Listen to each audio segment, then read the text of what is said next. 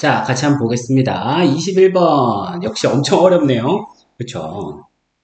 일단 구성을 한번 보면 fx가 그나마 좀 위안이 되는 것은 이 값이 a 값 하나밖에 없네요. 맞죠? a 값 하나밖에 없고 이제 쌤이랑 문제 많이 푼 학생들은 느낌 오죠? 뭡니까? 여기서 a의 변화에 따라 a의 변화에 따라 그래프의 모양이 어떻게 변하는지 파악하세요. 그 다음에 또 뭐다? 이런 그래프는 변하잖아. a가 변하면 그래프가 변하잖아.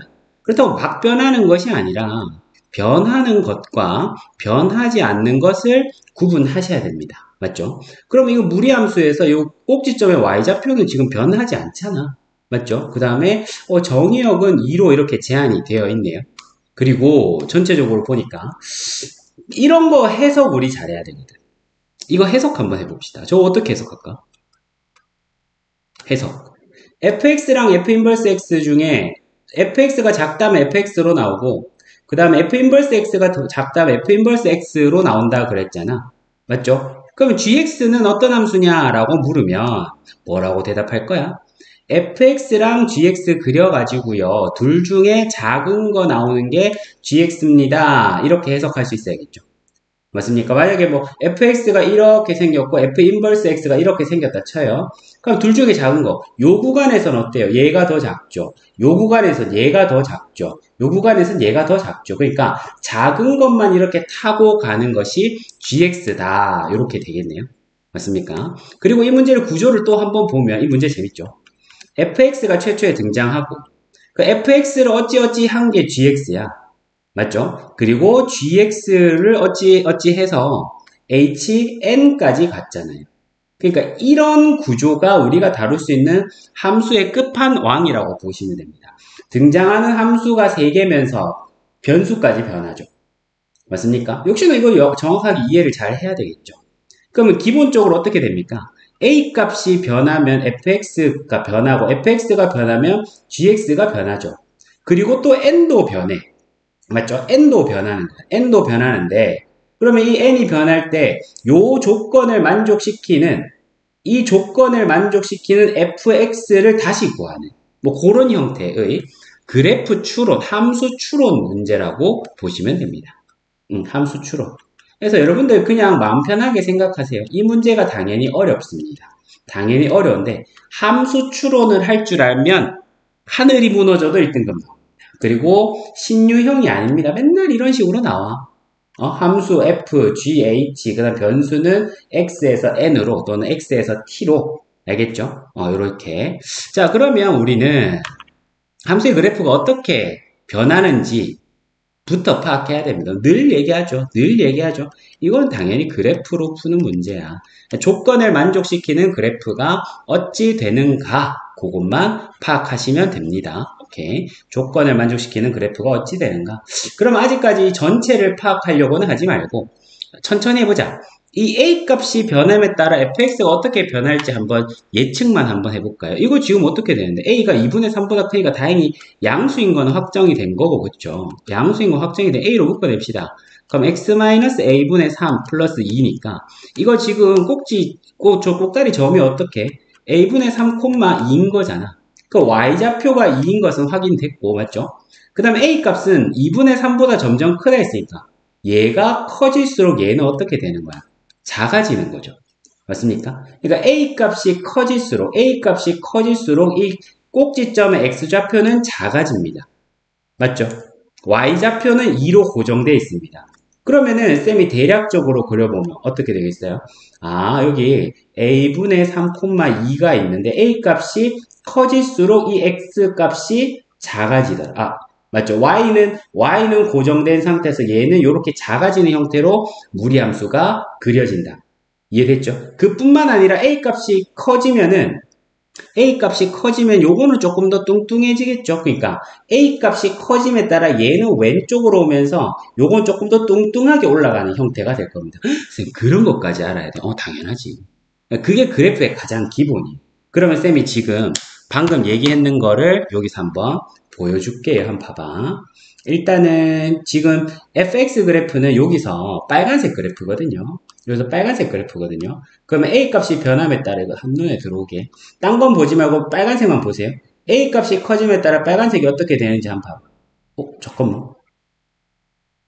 왜 이렇게 그려지지? 잠시만요. Y좌표가 2로서 일정한 거잖아. 맞죠? 아하. 왜 이렇게 그려진지 알겠다. 쌤이 말한 대로 그려지는데 지금 여기 2보다 크거나 같은 범위에서만 그려지잖아. 맞죠? 그럼 일단 이걸 보세요. 여기서 그리는 것 자체를 여기 2를 기준으로 2보다 오른쪽으로만 그리는 쌤이 아까 얘기했는 게 뭐야? 왼쪽으로 갈수록 빨간 그래프가 어떻게? A가 커질수록 빨간 그래프가 왼쪽으로 가면서 뚱뚱해진다 했죠? 맞습니까? 그래서 점점 뚱뚱해지는 상황인 겁니다. 이게. 이해됐어요? 오케이. 자, 그러고 나서, F 인버스 X. F 인버스 X야 뭐, Y 꼴 X가 지금 여기 점선이잖아. 맞죠? Y 꼴 X가 여기 점선인데, Y 꼴 X 기점으로 해가지고, 요렇게 그려지는 거 파악할 수 있겠고, 그러면은 여기서, 어떻게, 지금 N 값은 여기 놔두고, 지금 빨간색 그래프와 파란색 그래프가 서로 역함수 관계인데 지금 요 초록색 그래프가 바로 뭡니까 그러면? GX죠. 왜? 빨간색과 파란색 중에서 서로 밑에 있는 것만 따라가는 거. 맞죠? 밑에 있는 것만 따라가는 게 우리가 그렸던 GX잖아요. 다시 A 값이 변함에 따라 맞죠? A 값이 변함에 따라 이 그래프가 어떻게 되는지 대략적으로 한번 보세요. A 값이 변함에 따라 A 값이 변함에 따라 이게 이렇게 A 값이 커질수록 맞죠? 요게 교점이 좀 멀리 가면서 이렇게 그려지고 초록색 그래프는 요 둘 중에 밑에 있는 함수 여기서 y꼴 x에서 꺾인다는 것까지도 확인할 수 있겠네요. 그리고 아직 우린 지금 문제를 이해하는 중입니다. 그러고 나서 이 x-n, y꼴 x-n 역시나 또 xy 이외의 문자가 등장했어요. 이 n 값이 변함에 따라 그래프가 어떻게 되는지 파악해보면 이건 쉽죠. y꼴 x-n이면 길이가 1인 직선인데 n 값이 커짐에 따라 이게 밑으로 이렇게 그려지고 그 다음에 gxy 교점 맞죠? 의 개수에 관심이 있는데 n에 1 넣었을 때랑 3 넣었을 때는 gxy 교점이 같고 맞죠? 그 다음에 n에 2 넣었을 때는 걔들보다는 교점이 많아라. 그러려면 최초의 gx가 어떻게 생겼어야 되며 최초의 fx가 어떻게 생겼어야 되냐 이 말이에요. 그러면 역시나 여기서 한번 관찰해 보면 자 여기서 보시면 n이 0일 때는 여기잖아 맞죠? n이 0일 때는 여기고 n이 커졌어. n에다가 뭐 한 1 넣었다 쳐봅시다. 1 넣었더니 이게 봐봐 이 보라색이 밑으로 내려왔잖아. 그럼 1 넣었을 지금 이 그림상에서는 이 그림 지금 a에다가 지금 아무렇게나 아무 값이나 넣어놓은 거거든. a에다가 아무 값이나 넣어놨는데 어떻습니까? n에 1 넣었더니 교점 몇 개? n에 1 넣었더니 교점 2개. 그 다음에 n에 2도 넣어볼게요. 2 한번 넣어봅시다. 2 넣었을 때는 교점 3개네? 아까 1 지금 이 그림 괜찮네, 그러면. 여기서 2개였고, 여기서 3개였으니까. 그럼 3 넣었을 때 교점이 2개가 되면 되잖아. 맞죠? 그럼, 벌써 답이 나오진 않겠지. 3 넣어봅시다. n에 3 넣어봅시다. 3, 뭐야? 절묘하게 나와버렸네. 답이 6인가 보다. 다시 가볼게요. 아닌 걸로 해볼게. 아닌 걸로. 다시 어떻다고요? n에다가 1 넣었을 때는 이렇게 2개 되잖아. n에 1 넣었을 때는 웬만하면 2개 될 것 같아요. 맞습니까? 1, 2, 3 중에서는 1이 제일 작은 값이잖아. 맞죠? 그 다음에 n이 더 커졌어. n이 더 커지면 이 보라색 그래프가 내려올 거라는 걸 파악할 수 있죠. 보라색 그래프가 내려와서 2 넣었을 때는 이렇게 3개 되고 맞죠? 그 다음에 3 넣었을 때는 보통 뭐 요렇게 가면 뭐 1개가 되기도 하고 뭐 그러겠네. 맞습니까? 근데 어떻다고? 1 넣었을 때랑 3 넣었을 때는 교점이 같고 맞죠? 1 넣었을 때랑 3 넣었을 때는 교점이 같고 2 넣었을 때는 더 많아라 했잖아요. 근데 우리가 예상할 수 있는 것은 1 넣었을 때는 몇 개일 가능성이 높다는 거지. 2개일 가능성이 높죠. 물론 이 끝값에 따라서 3개가 될 수도 있겠지. 맞습니까? 그래서 어쨌든 간에 우리가 이 그래프를 기반으로 해서 상상을 해야 되는 거야. 그러면 지금 여기서 보시면 우리가 그리고 쌤이 늘 또 얘기하는 보통 이런 문제는 어떤 순간 특이점에 당연히 관심을 가져야 되고 특이점일 때가 답일 가능성이 높다고. 그러면 아까 그래프에서도 우리가 조금 여우같이 풀면 어떤 순간 이 특이점이라는 것을 파악할 수가 있어요. 요렇게 가다 보면 여기 접하는 순간 있잖아. 맞죠? n이 커지다 보면 이렇게 접할 수 있잖아. 접하는 순간이 아마 답과 영향이 있을 것이다. 답과 상관이 있을 것이다 라는 것을 우리가 충분히 예측을 해 볼 수 있잖아. 맞죠? 그러면 우리가 요 베이스 그래프를 가지고 요걸 가지고 이제 답을 한번 추론을 해보면 우리가 예상해 보기를 여기 두 개고 여기 두 개고 여기 세 개인 상황을 한번 상상해 보자 이 말이야. 선생님 그걸 어떻게 하려 아니야. 우리 지금 이 문제를 푸는 학생들이라면 이 문제를 뭐 한번 풀겠다고 덤비는 학생들이라면 이 정도 그래프 이해할 수 있어야 됩니다. 가볼게요 그러면.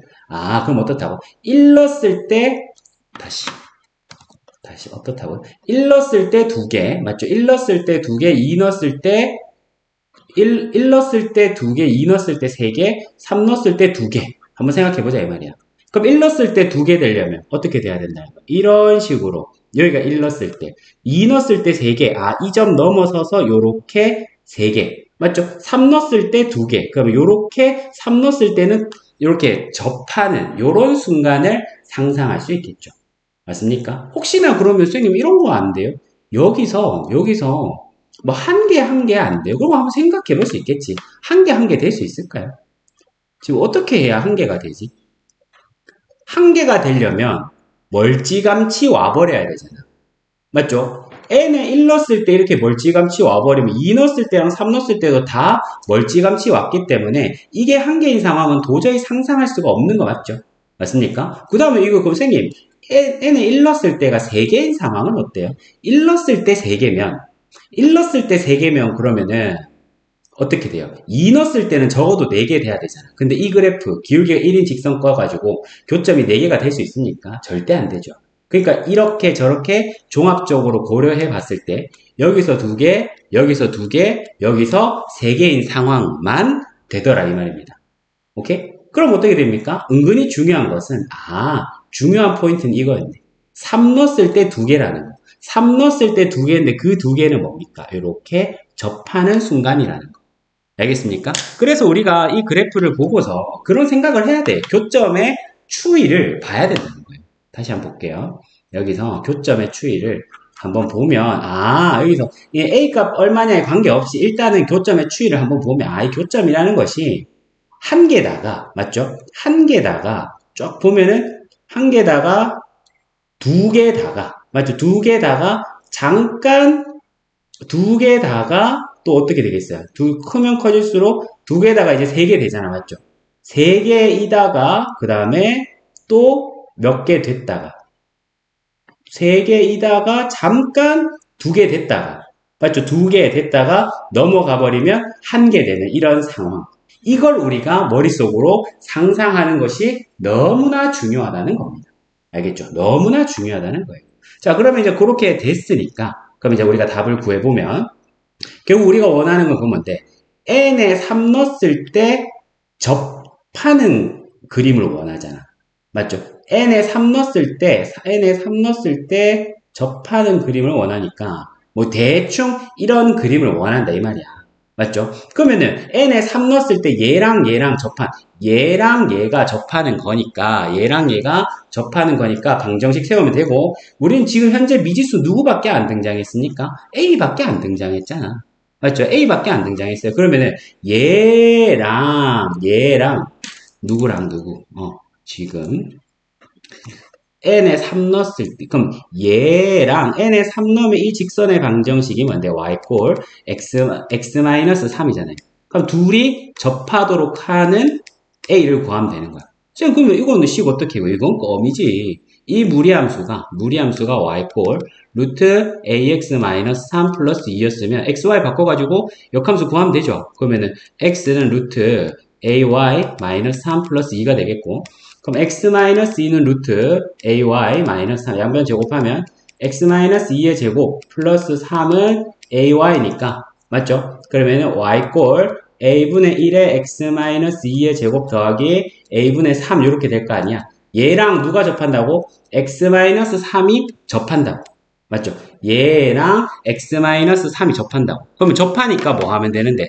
판별식이 0이다 이렇게 접근하시면 되잖아요. 맞습니까? 판별식이 0이다. 이렇게 접근하시면 되겠고, 그러면은 그거를 계산을 해보면, A가 얼마가 나오냐면, A가 6이 나옵니다. 알겠죠? 여러분, 그거 계산할 수 있잖아요. 그러면은, A가 6이 나와버리면, 그 다음부터는 끝이지 뭐. A가 6 나와버렸는데. 그러면 G4 같으면, 에이, 또, 그 와중에 G4를 물었다는 것은, 이게 상당히 흉악한 문제라는 거네요. 왜?